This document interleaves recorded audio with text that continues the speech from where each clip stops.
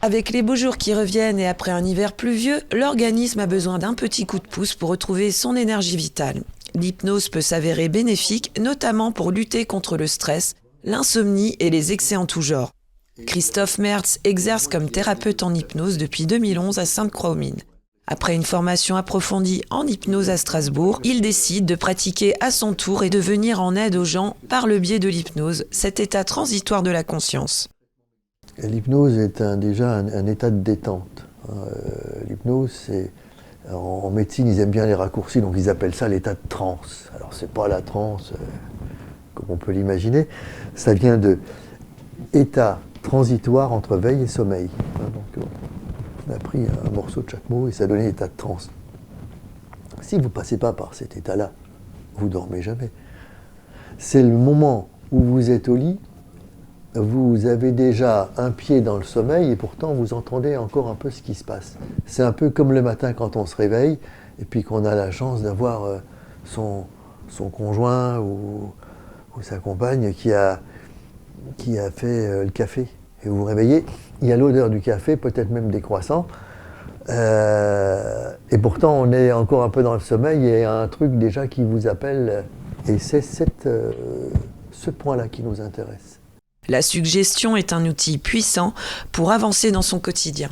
Quand on est dans cet état-là, on est beaucoup plus réceptif à la suggestion.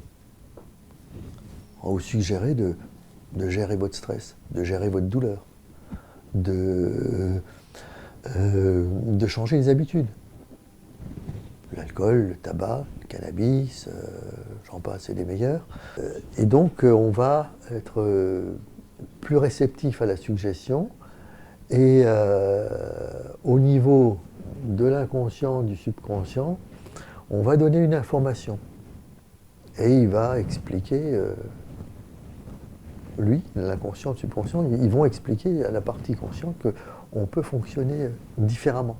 La relaxation permet d'accéder à des niveaux de conscience modifiés qui permettent d'entrer en état d'hypnose. Vu à l'écran, c'est la partie où on rentre dans l'hypnose, la partie détente, relaxation. Parce qu'on va y aller par ce biais-là et pas comme dans le musical, par des choses des ordres très stricts. Et donc, après, on lui a suggéré tout simplement de prendre du recul par rapport aux événements, aux situations.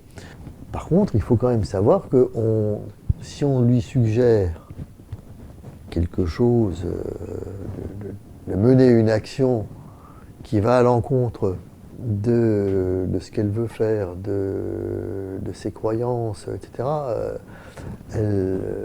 l'inconscient va dire « Attends, stop ». C'est aussi le garde-fou qui va dire « Je n'accepte pas de faire ». Chacun peut y trouver des bénéfices. Pour Delphine, l'hypnose lui permet de mieux affronter le stress au travail. Je viens chercher de la détente contre le stress. Parce que le stress, c'est quelque chose qui me mange énormément. Et du coup, je viens voir Monsieur Mertz pour qu'il apaise un peu ce stress. Ça m'aide beaucoup. Je repars d'ici détendu. Je trouve qu'on encaisse beaucoup mieux. Et je m'éparpille moins dans ce que je fais. C'est plus efficace.